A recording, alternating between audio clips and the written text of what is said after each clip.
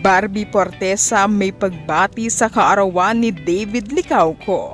Narito na chika ang super duper na kilig na chika natin today.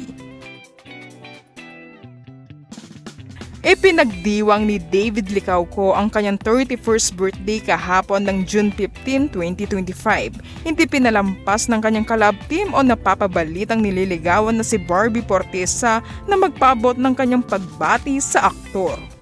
Ibinahagi ni Barbie ang kanyang pagbati sa kanya sa pamamagitan ng social media sa X na dating Twitter.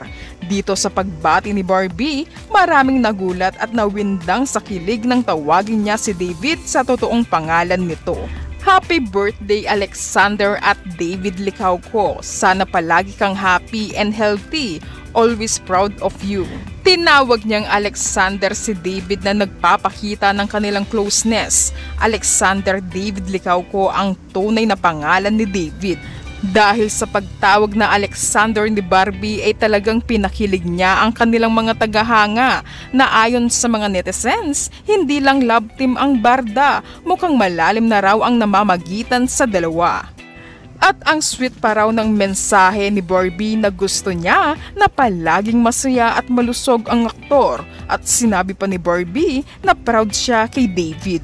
Nang makita naman ni David ang kilig ng pagbati ni Barbie ay siguradong kilig na kilig ito. Kaya naman napareply si David kay Barbie ng, "Hey, appreciate you as always. We'll always be proud of you too, hehe." Grabe naman ang pagka-proud sa isa't isa, talagang sinusuportahan nila ang bawat isa. Napapost nga si David ng poster nila Barbie sa bagong proyekto nito na Beauty and Fire. Napa-thank you naman si Barbie sa pagbibigay na suporta ni David sa kanya.